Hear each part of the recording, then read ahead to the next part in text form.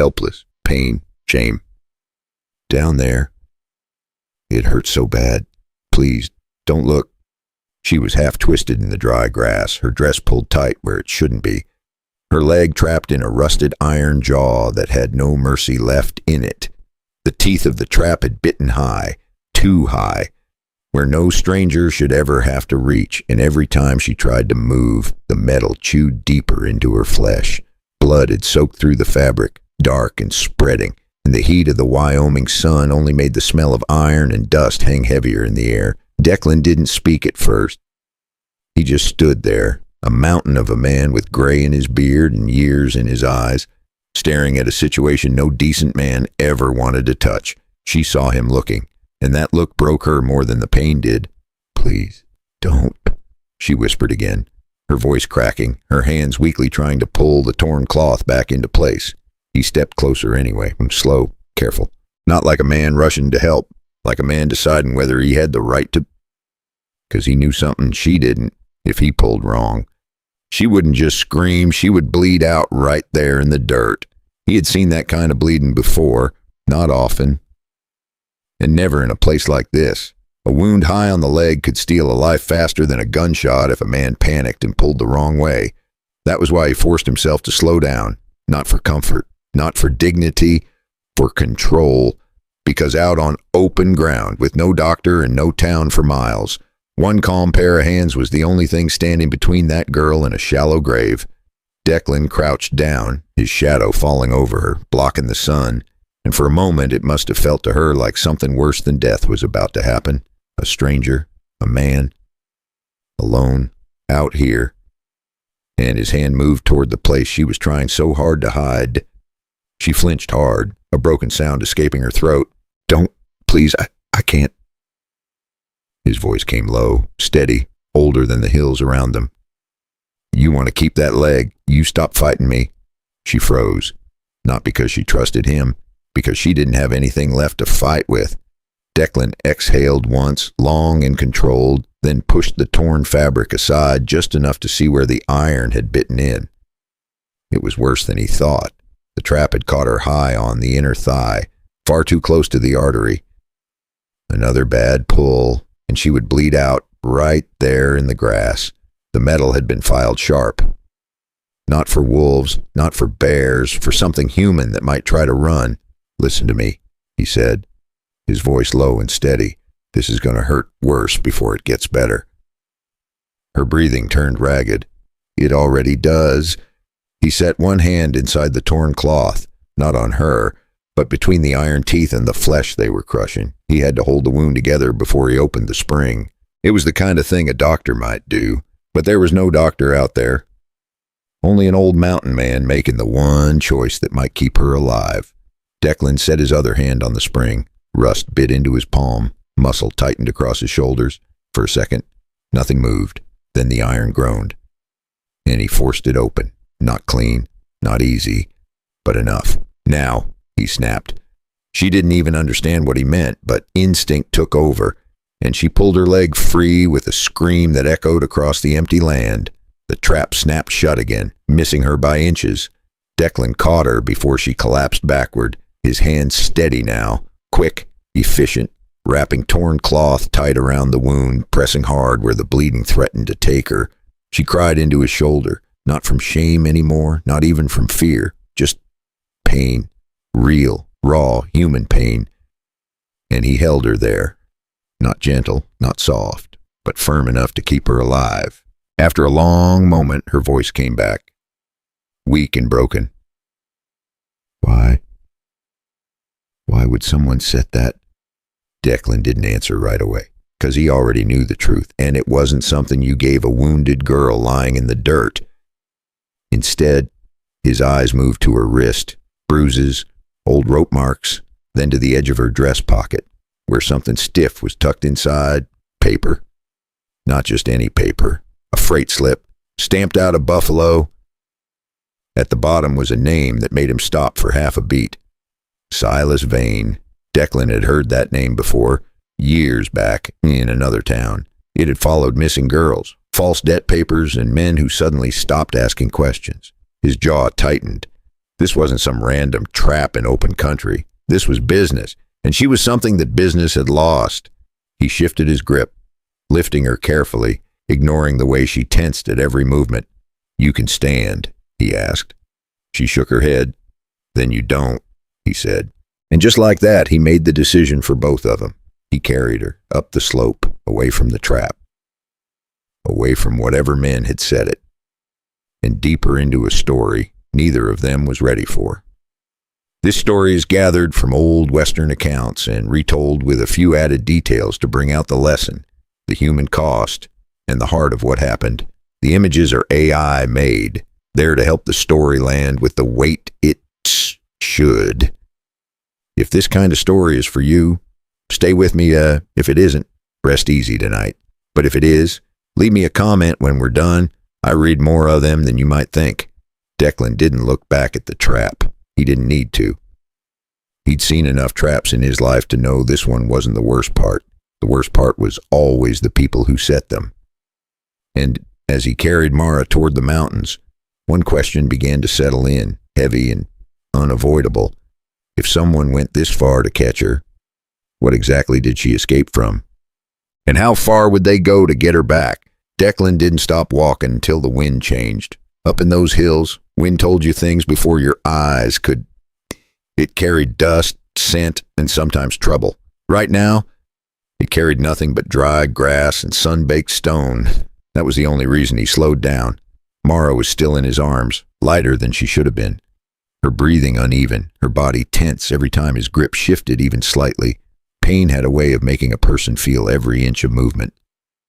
"You're safe for now," he said, not looking down at her. She didn't answer.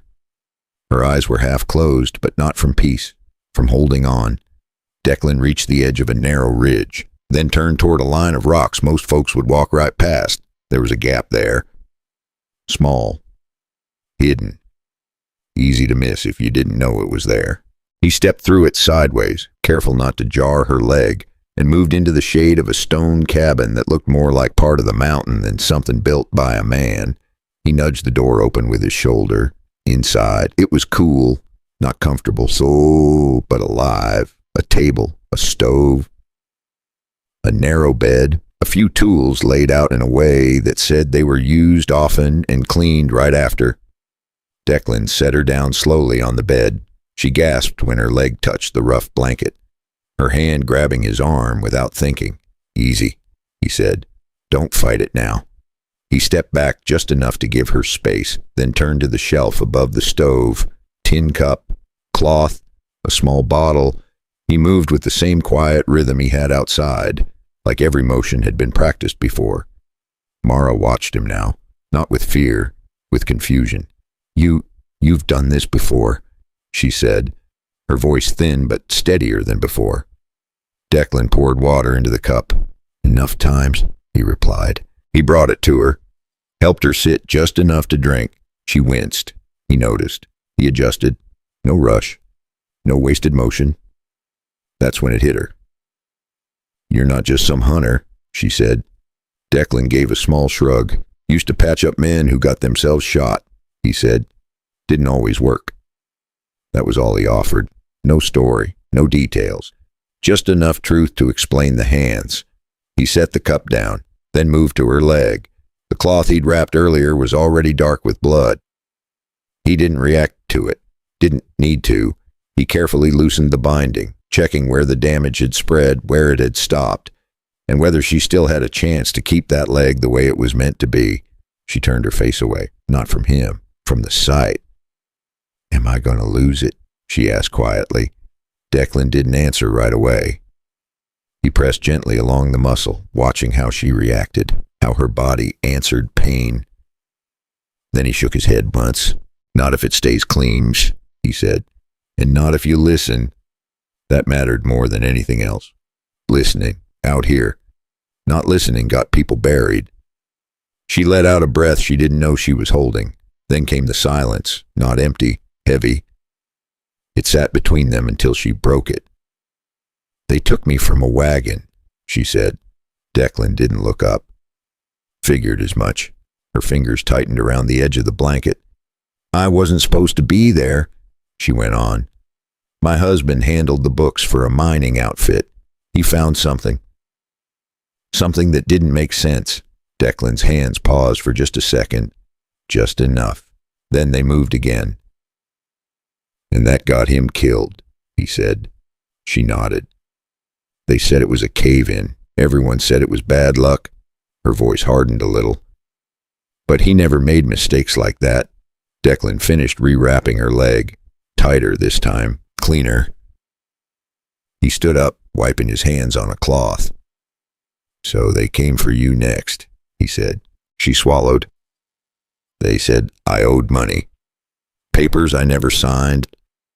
Debts I never made. I jumped from the wagon near sundown, she said. Ran blind through grass I didn't know, and never saw the trap until it had me. Declan walked to the door, opened it just enough to look outside, then shut it again. No movement. No sound. Still good? They moving you somewhere? He asked. She nodded. Buffalo, she said. That's what I heard. Declan leaned against the wall, arms crossed now, thinking. Buffalo wasn't big, but it was growing, and where things grew fast, men like Silas Vane found ways to grow faster. What did you take? He asked. She blinked. What? From the wagon, he said. You didn't run empty-handed. That caught her. She hesitated, then slowly reached toward the side of the bed where her dress had been folded. From the pocket, she pulled out a small leather book. Worn, handled often. Not meant for strangers. I don't even know what's in it, she said. I just knew it mattered. Declan took it, didn't open it yet, just felt the weight, the kind of weight paper only had when it could ruin someone. His jaw tightened slightly.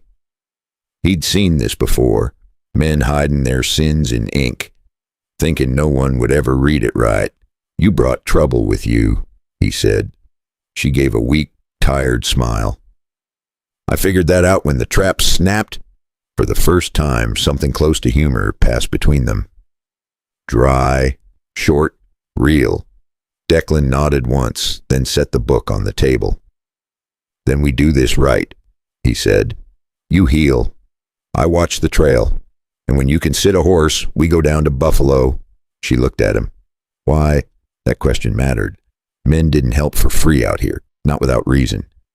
Declan looked toward the mountains through the small window, then back at her. Because men who set traps like that don't stop at one, he said. And I don't like unfinished business. That was as close to truth as he was willing to get. Mara studied him for a moment, then slowly nodded. Not trust. Not yet. But something close enough to stand on. Outside, the wind shifted again. Declan noticed it immediately. Different this time. Faint. But there, he stepped to the door, opened it slightly, and looked down toward the lower ridge. Tracks. Fresh ones. More than one horse. And they were heading this way. He closed the door quietly. Turned back to her. We don't have as much time as I thought, he said. Her face tightened. They found me. He nodded once. They're trying to... Silence again. But this one was sharper, closer. He reached for his rifle. Old, worn, clean. Then checked the rounds like a man who didn't waste bullets. If you're still with me, subscribe and stay close. Then pour something warm. Settle in. And tell me this in the comments. What time is it where you are? And where are you listening from tonight? Declan rested the rifle by the door. Eyes steady now. 'Cause up in those mountains, trouble didn't knock. It just kept coming until someone stopped it. Declan didn't rush. Men who rushed got themselves killed in places like this. He moved slow, steady, like the mountain itself had taught him how to think. First, he checked the back wall, then the small window slit, then the roof line, listening more than looking. Nothing close yet. But they were coming. He could feel it the same way you feel a storm before it breaks. Behind him. Mara tried to sit up again. Bad idea.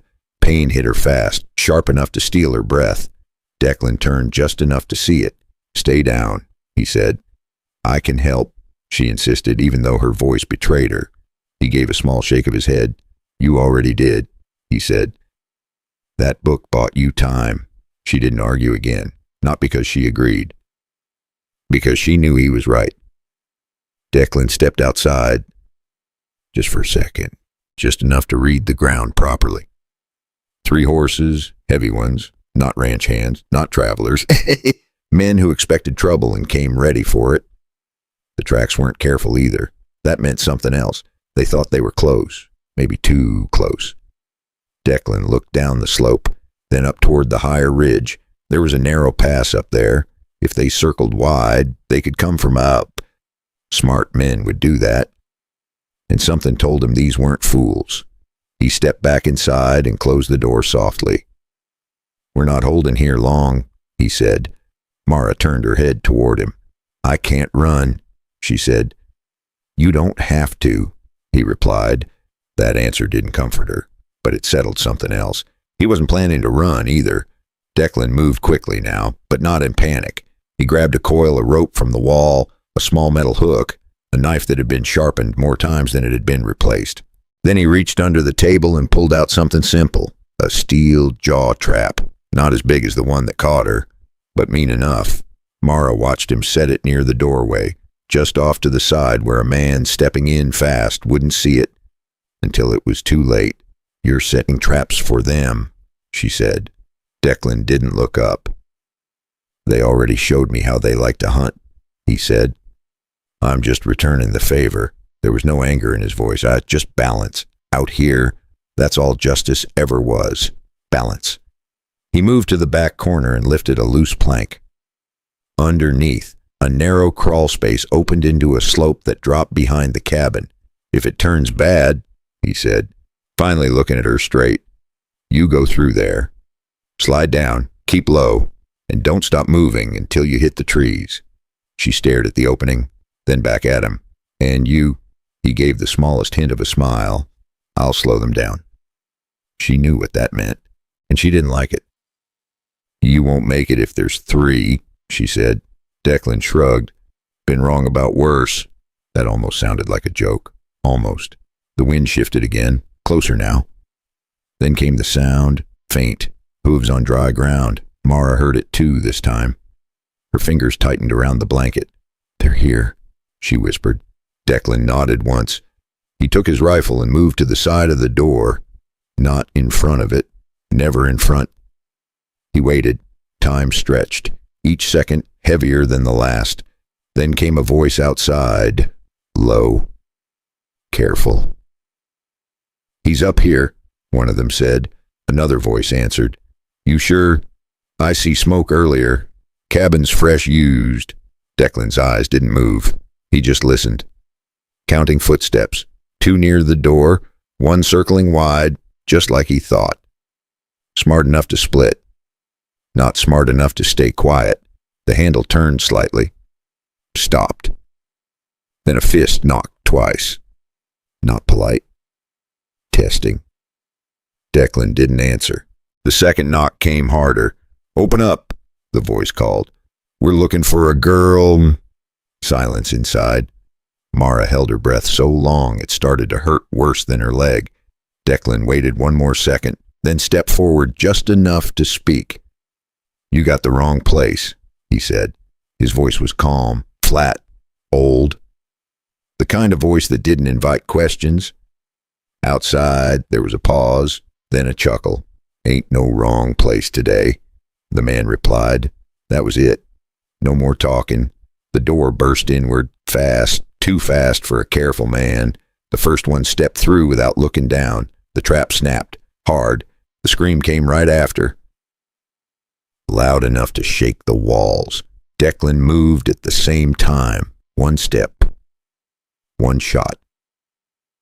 The second man dropped before he even raised his gun. Clean. No wasted motion. Outside, the third man reacted quick. Too quick to panic. A shot cracked through the wall, splintering wood just inches from Declan's shoulder. Now this one was different, calm. Trained enough to aim without seeing, Declan shifted position immediately, pulling back from the doorway. "Stay down," he called to Mara. She didn't need telling twice. More shots came, short bursts. Testing angles. The third man wasn't rushing in. He was waiting. trying to force Declan into a mistake. That made him the real problem.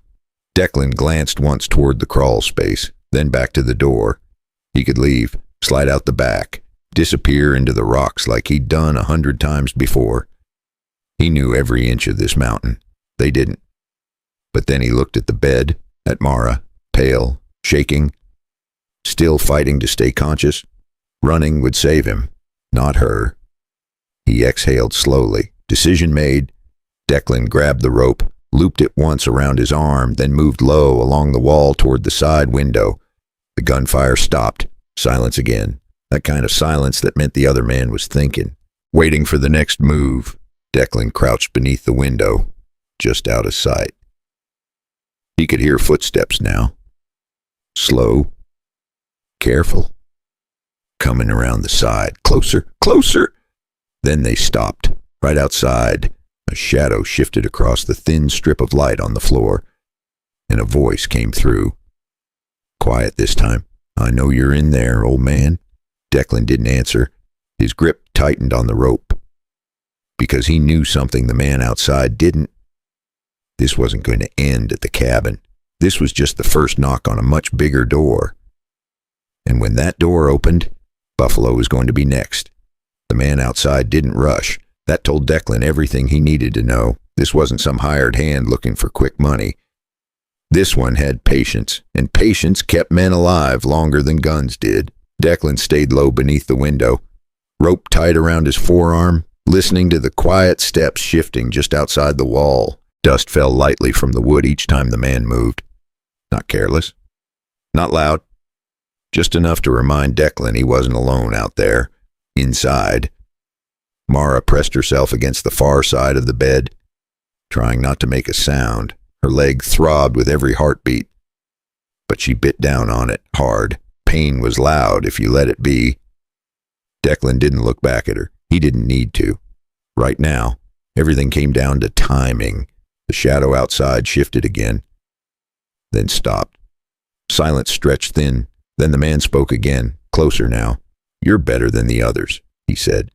That means you know how this ends. Declan's eyes stayed on the line of light near the floor. Still nothing. Good. Let him talk. Men who talked liked to hear themselves think. That gave you time. You hand her over, the voice continued, calm as ever. You walk away. Nobody follows you. Nobody asks questions. Declan almost smiled, not because it was funny and because it was predictable. Out here, men like that always thought deals worked on everyone. He shifted his weight just slightly, enough to ease the tension in his leg, not enough to make noise. Then he answered, You came this far for a girl you say don't matter, he said. That don't add up. There was a pause, a longer one this time. Good. That meant the words landed. She's not the girl, the man said finally. It's what she took. Declan's grip tightened just a fraction. There it was. Not revenge, not pride.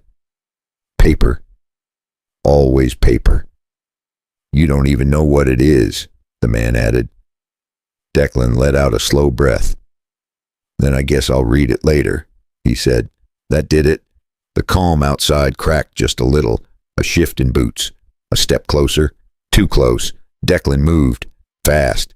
He drove upward from his crouch, slamming his shoulder into the wall just below the window, shaking dust loose and forcing the man outside to react. A shot fired. Quick.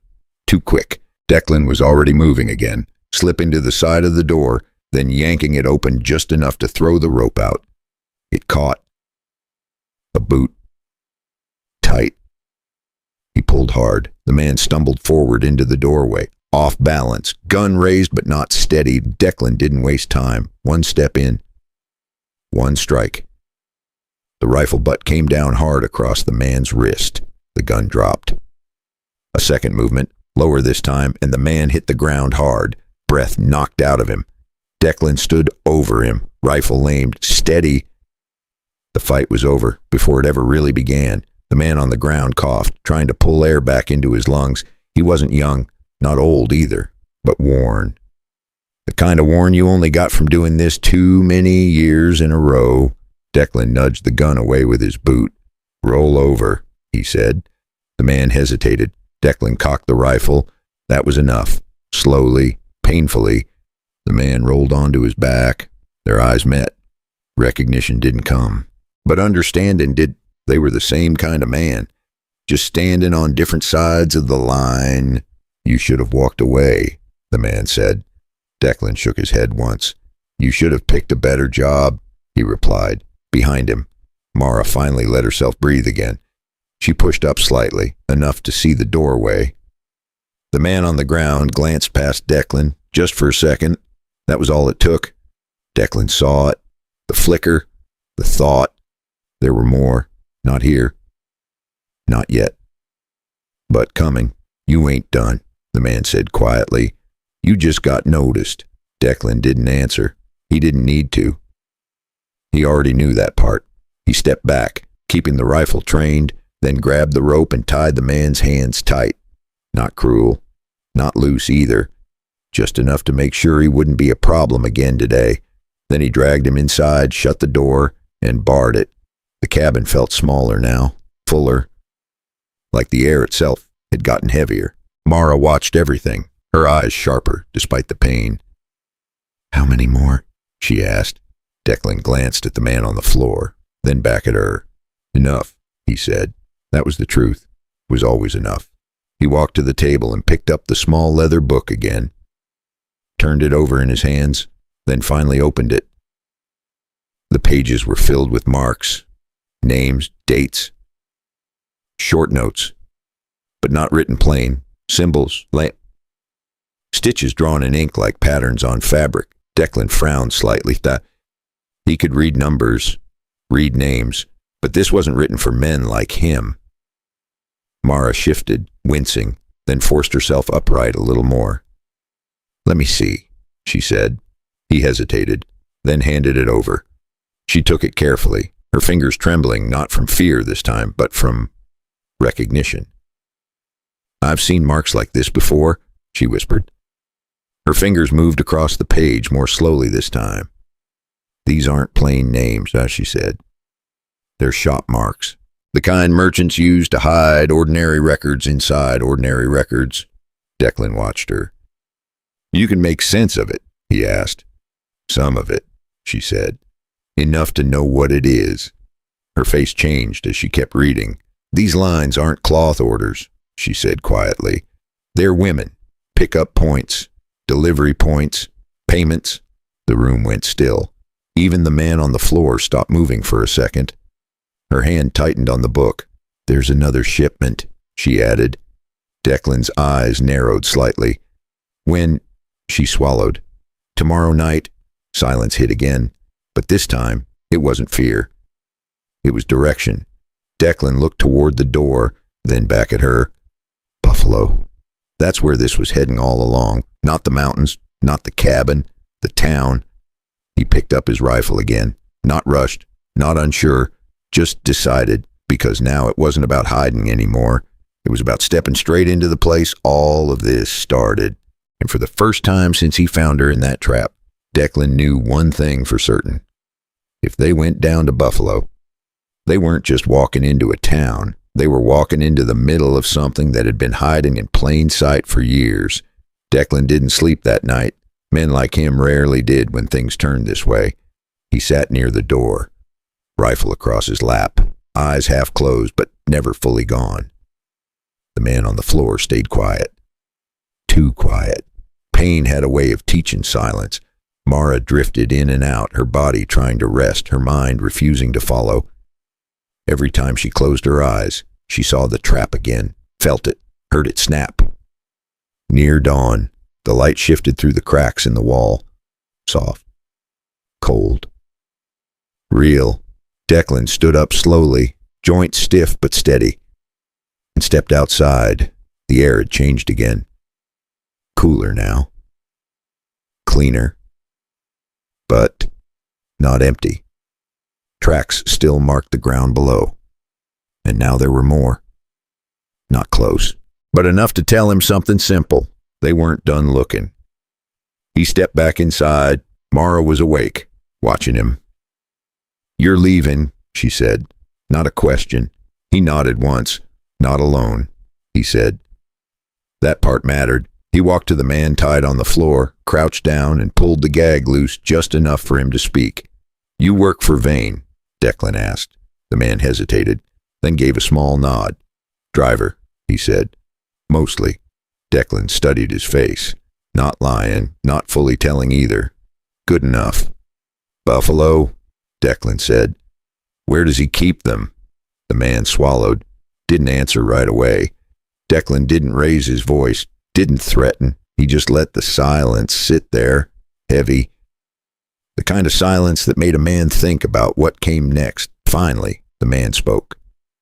"Warehouse near the rail line," he said. "Edge of town. Looks like feed storage." Declan nodded slightly. That made sense. Always near the rails. Always hidden in something ordinary. "How many in the pens?" the man said.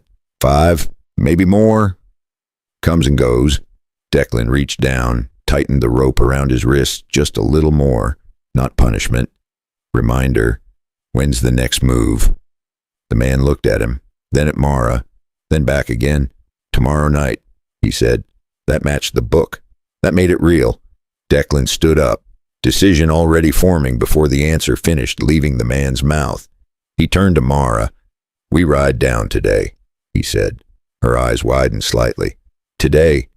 He nodded. "If we wait, they move them," he said. "Then we're chasing shadows."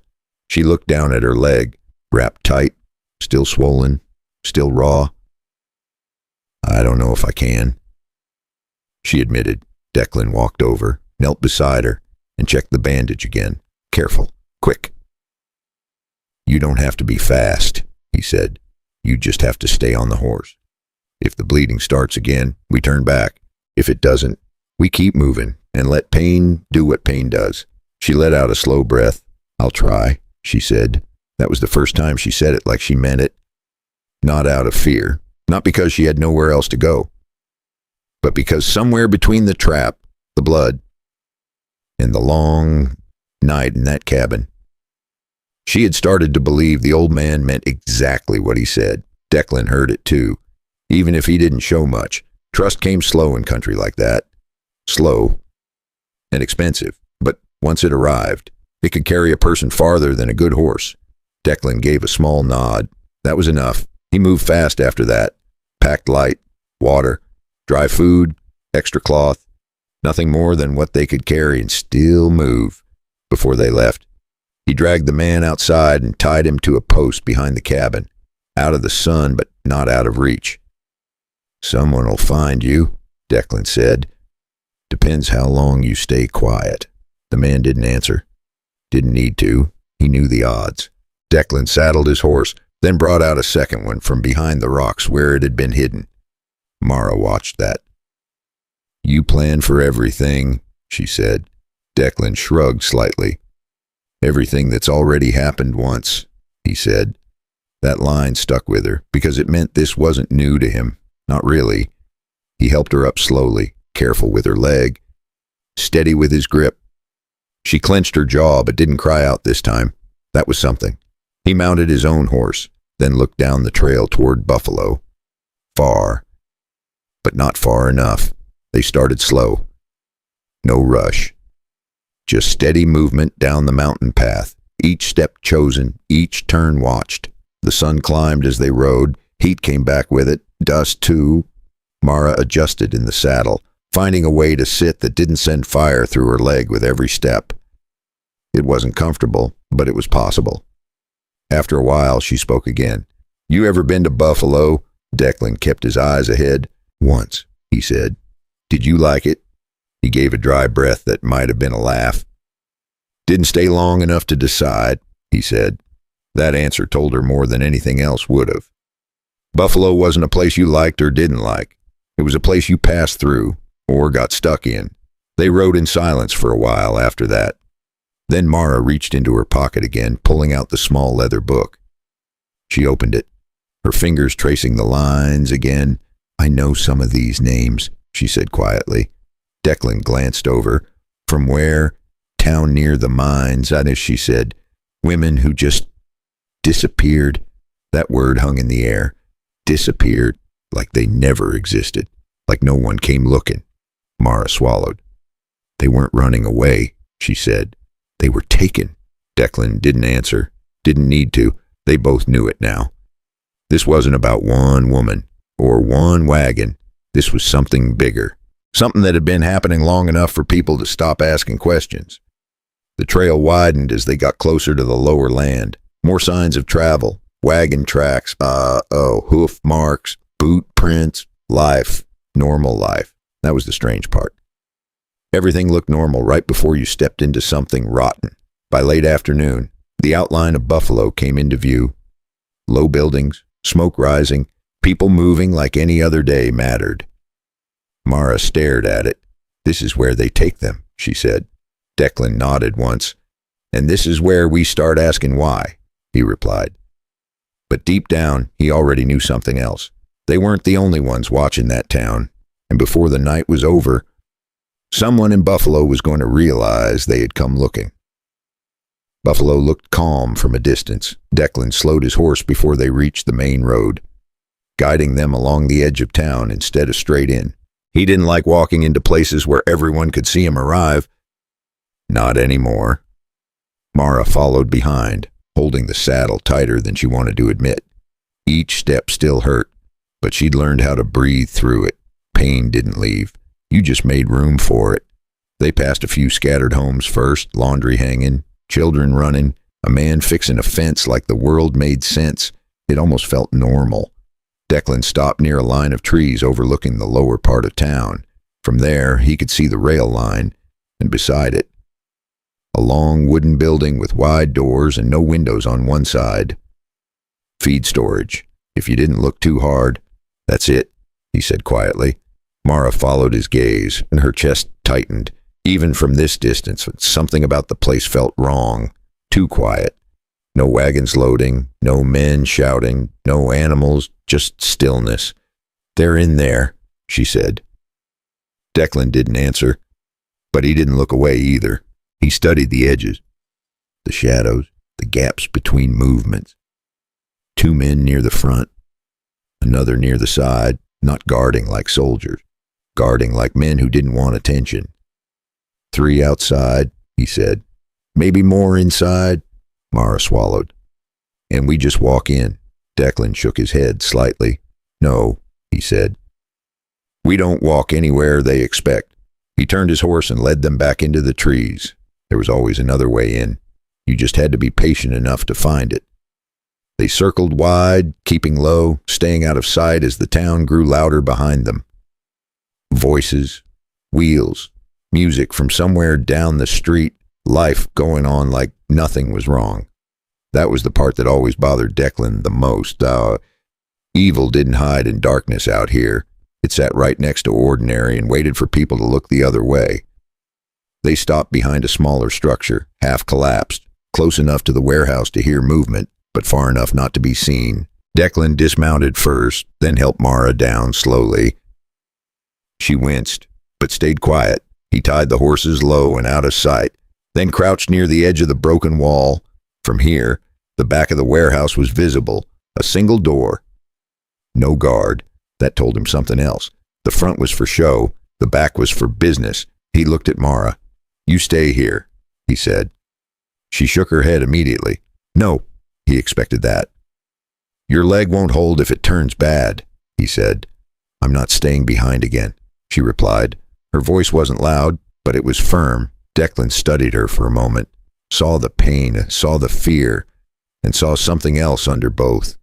Resolve, the kind that didn't come easy. The kind that didn't break easy either. He gave a small nod. Then you stay close, he said. And you don't rush anything. She nodded once. That was enough. They moved together, slow and low, using the broken wall as cover. Then slipping toward the back door. Every step counted. Every sound mattered. Declan reached the door first. He paused. Listened. Inside, there were voices, muffled. A man, maybe 2. And something else, soft, not talking, breathing. More than one. He looked at Mara. She heard it too. Her eyes changed, not fear now. Recognition. Declan pushed the door slightly, unlocked. That was careless. or confident. In a town like Buffalo, a locked back door only mattered if decent men were the ones trying to get in. Neither sat well with him. He opened it just enough to slip inside. Mara followed, holding onto the wall to steady herself. The air inside hit them first, heavy, stale, and underneath it, something worse. The room was dim, light slipping through cracks in the wood, crates stacked high, barrels lined along one wall, and in the far corner, 5 women, sitting close together, hands tied, eyes wide. One of them looked up first, then the others followed. Hope moved through them like a spark, small, dangerous. Declan raised a hand slightly, not a word, not yet. He scanned the room again. No guard stood over the women, but that didn't make the place safe. Voices carried through the wall from the front office, and every few seconds one of the men laughed like he owned the whole town. Declan understood the arrangement at once. The back room was locked because fear did most of the guarding. The front room was where the real protection sat, close enough to hear trouble, far enough not to smell it. He moved to the women, crouched, and pulled his knife free. Quick, careful. One rope cut, then another. Mara moved beside him, slower but steady, helping where she could, guiding trembling hands free. One of the women grabbed her wrist, tight. "They're coming back," she whispered. Mara nodded. "I know," she said softly. The last rope fell away. One of the women was too weak to stand, and another could barely feel her hands. Mara got an arm around one of them while Declan pulled the weakest to her feet. Declan leaned in close. "When that back door opens, you move together," he said quietly. "No screaming, no stopping. Help the one beside you and keep going." They nodded, all of them. Too fast, too scared, but ready. Declan stood, moving toward the inner door now. The voices were clearer, laughing, talking like nothing behind them mattered. His hand tightened on the rifle. This part never got easier. You stepped through that door, and everything changed. No more hiding, no more waiting, just action. He glanced back once. Mara stood with the women now, pale, shaking, but standing. Declan turned back to the door, counted once in his head, then kicked it open. And in that exact moment, before the shouting even began, someone outside slammed the front doors wide open. The front doors slammed open hard enough to shake the walls. Voices rushed in with it, loud, confident, too many to count in a second. Declan didn't turn toward the sound. He stayed locked on the 2 men in front of him, the ones who had just spun around from their table, hands going for their guns too late. One shot. That was all he needed. The first man dropped. The second froze just long enough to make a bad decision. Declan stepped forward and drove him back into the wall with the rifle, knocking the fight out of him before it ever started. Behind him, Mara didn't wait. "Go," she whispered sharply to the women. This time, they moved. Fast, messy, desperate. Feet stumbling, hands shaking, but moving. They rushed toward the back door, one helping the other. Fear pushing them harder than strength ever could. From the front, boots hit the floor. More men. At least 3, maybe 4. "Back there," someone shouted. Too late. Declan grabbed the stunned man by the collar and shoved him toward the open doorway between rooms, not to hurt him, to slow the others down. It worked. A shot fired, missed wide, another followed, closer. Wood splintered near the frame. Declan moved back fast, grabbing Mara by the arm. "Out," he said. No argument this time. They moved together, through the back, into the open air behind the warehouse. The women were already ahead, scattering into the narrow space between buildings and brush. Good. Harder to chase, harder to catch. Declan pulled Mara toward the broken structure where they had come from. Not straight, never straight. Always at an angle, and always giving yourself another way out. Shots cracked behind them. Closer now. The men from the front had regrouped faster than he liked.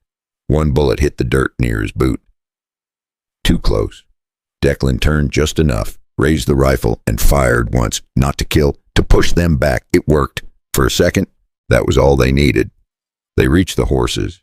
Declan cut the ties fast, then helped Mara up again.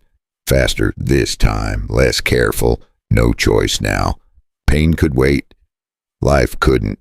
He swung onto his own horse and turned them toward the far side of town. Not the main road, never the main road. Behind them. Shouting grew louder, more voices joining. This wasn't quiet anymore. Buffalo had just been woken up. They rode hard through the edge of town, cutting between buildings, slipping past people who had no idea what had just started. A man stepped out of a shop, confused. A woman pulled her child back from the street, life breaking for just a second as danger passed through it. Mara held on, her body barely keeping up with the movement of the horse. Every step sent pain up her leg, but she didn't let go. Couldn't. Not now. Where are we going? She called out, her voice shaking from the ride. Declan didn't look back. Not out yet, he said. Too many eyes. He turned down a narrow path between two buildings, then slowed just enough to let the noise behind them pass ahead. That was the trick. Don't always outrun. Sometimes you disappear. They stopped behind a stable, hidden from the main street. Declan slid down first, then helped Mara off again, easing her weight this time. She almost collapsed. He caught her, steady. "You're still with me," he said. She nodded, breath uneven. "Barely," she admitted. That was honest. He respected that. From the street, voices moved past, fast, angry, looking for them in the wrong direction. For now, Declan leaned against the wall, listening, counting again, always counting. Then he heard something else, different from the others, slower, measured. A single set of footsteps, not running, walking. That made him look. Across the street, through the narrow gap between buildings, a man stood still, well-dressed, clean coat, hat low, but not hiding, watching, not searching, watching. Their eyes met for just a second. That was enough.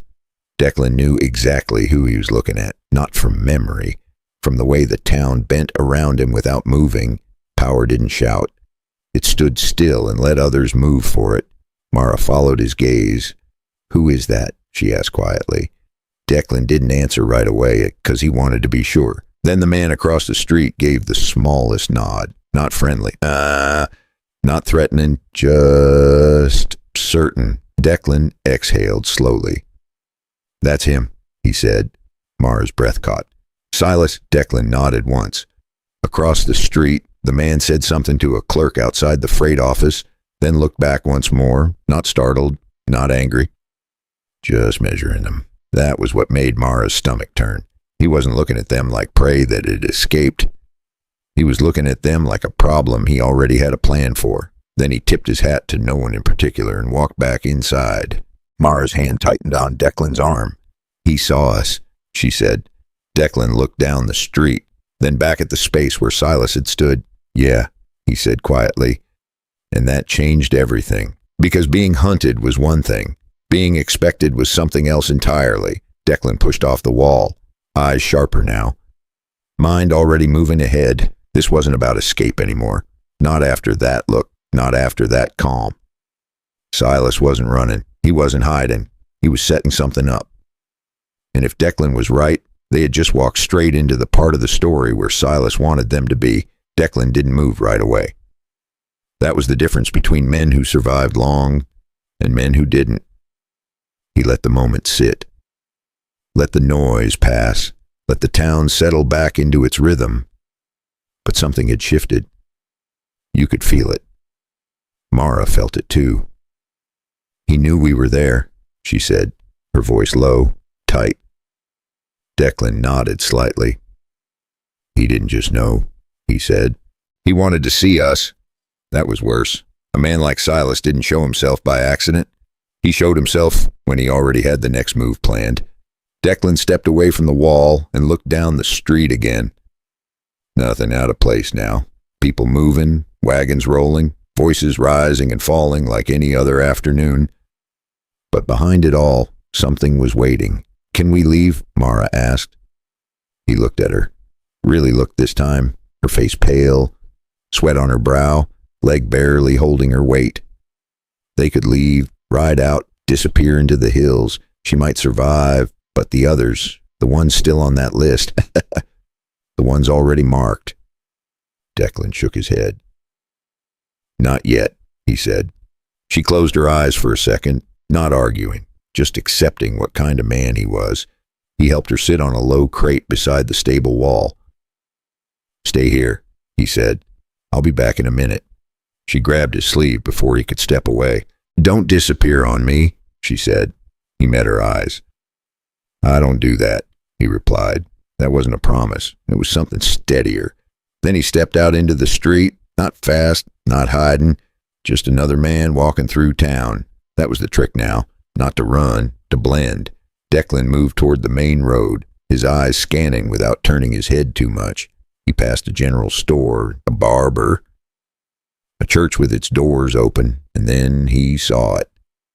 The office, yes, Vane Transport, clean sign, fresh paint, respectable. That was the front. Declan stepped inside. The air was cooler, smelled like paper and ink instead of dust and sweat. A young man sat behind a desk, writing something down. He looked up. Can I help you? Declan gave a small nod. Looking to move goods east, he said. Simple, normal. The young man relaxed slightly. Mr. Vane handles large shipment, he said. You can leave a note. Declan stepped closer to the desk, his eyes drifting over the papers scattered across it. Orders, routes, names, nothing too obvious. That was the point. Busy man, Declan asked. Always, the young man said with a small smile. That smile didn't know what kind of work it was part of. Declan tapped the counter lightly. I'll come back, he said. Then he turned and walked out. No rush, no suspicion, but now he knew something important. Silas wasn't hiding behind locked doors. He was running everything in the open. That meant he trusted his control, or his fear. Declan made his way back through the side streets, slower this time, thinking ahead. Plans didn't come all at once. They built themselves piece by piece. When he returned to the stable, Mara was still there. Good. She looked up immediately. What did you find? Declan leaned against the wall again. He's not hiding, he said. He's working like nothing's wrong. Her brow tightened. Then how do we stop him? That was the question. The real one. Declan reached into his pocket and pulled out the small leather book. He handed it back to her. We don't stop him out there, he said. We stop him with this. She looked down at it. Her fingers ran over the worn cover again. It's not enough, she said quietly. Not yet, Declan replied. He looked toward the street, then back at her. We need someone in town who still cares what's written in there. That narrowed things down. In places like Buffalo, most people knew when to look away, but not all. Mara thought for a moment. Then something clicked. There's a woman, she said. Runs a boarding house near the church. Martha. Declan's eyes shifted slightly. Martha, he repeated. I met her once, Mara said. She helped me when I first came through. She's not like the others. Declan nodded slowly. Every town had one or two like that. People who still held a line when everyone else stepped over it. Then we find her, he said. He pushed off the wall and helped Mara stand again. She leaned on him more this time, less pride, more trust. They moved carefully through the side streets, keeping out of the open where they could. The sun had started to drop now, light stretching long across the ground, shadows getting deeper. Better for hiding. Worse for mistakes. They reached the boarding house just as a bell rang from the church nearby. Evening, people heading in, heads down, routine. Declan knocked once, then waited. Inside, footsteps approached. Slow, careful. The door opened just a crack. An older woman looked out. Her eyes sharp despite the years. Yes, she said. Mara stepped forward slightly. Martha, she said. Recognition flickered, then concern. Mara. The door opened wider.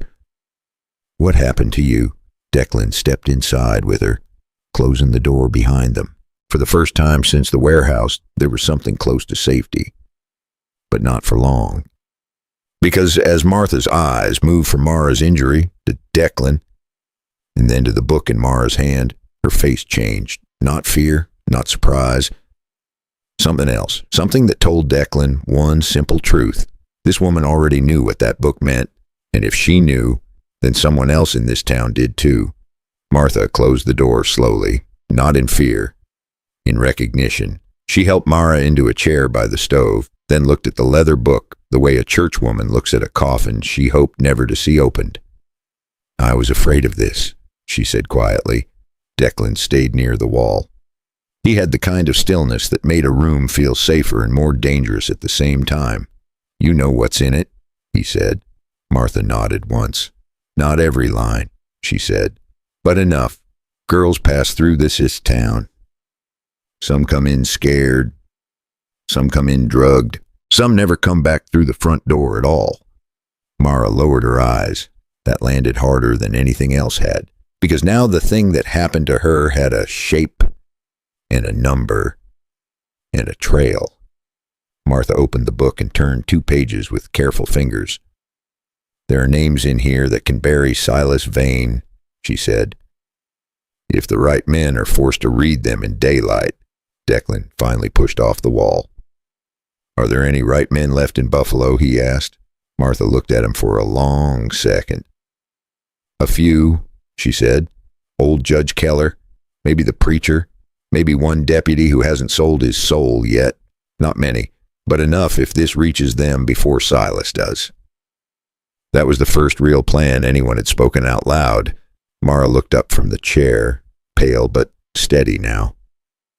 "Then we don't run," she said. "We make him answer for it." Declan looked at her, really looked at her. A day earlier, she had been trapped in the grass, half bleeding out, begging a stranger not to look at her shame. Now she was sitting there with a bandaged leg and a spine stronger than half the town outside. Something in him shifted at that. Not pity. Respect. Martha folded the book closed. "You can stay here till morning," she said. "But after that, Buffalo's going to choose what kind of town it is." Silence settled over the room. Not empty silence. Decision. Declan moved to the window and looked out at the dark street. A lamp burned across the way. A wagon rolled somewhere farther off. Town sounds, normal sounds, the kind that always made evil easier to hide. Then he turned back. "I'm not leaving," he said. Outside, the town kept moving like nothing had changed. But inside that room, something already had. Mara met his eyes. She didn't smile. She didn't need to. That one sentence told her everything. He wasn't going back up the mountain. Not while Silas still owned the dark corners of this town. And I want to tell you something here, from my own heart. Most men never get a moment that announces itself as destiny.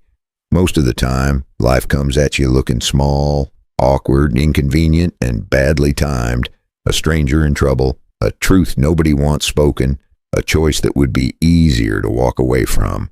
That is why this story stays with me. Declan didn't ride into Buffalo looking to be a hero. He didn't want applause, he didn't want a speech. He wanted a quiet life in the hills. But character shows up when peace gets interrupted. And sometimes the whole measure of a man comes down to whether he keeps walking or stops and does the hard thing. I think a lot of us know what that feels like. We get tired. We mind our business. We tell ourselves it isn't our fight. Then one day life puts something broken right in front of us and waits to see what kind of person we really are. Mara teaches something too. A person can start the day terrified, ashamed, and half destroyed, and still end it with more courage than the people who were never wounded at all. That matters. Especially if you've ever felt behind, beaten down, or counted out. So let me ask you this. If you had been standing in that field, would you have stepped in and helped? If you had lived in Buffalo, would you have spoken up when girls started disappearing? And in your own life right now, what truth have you been leaving in the dark because bringing it out would be uncomfortable? If this story stayed with you, press like so more people can find it. And subscribe if you want more Western stories with grit, heart, and something real underneath the dust. Then tell me in the comments, what time is it where you are right now? And where are you listening from tonight? I always liked knowing who was out there by the fire with me, because by morning, Buffalo was going to have to decide whether it belonged to decent people or to Silas Vane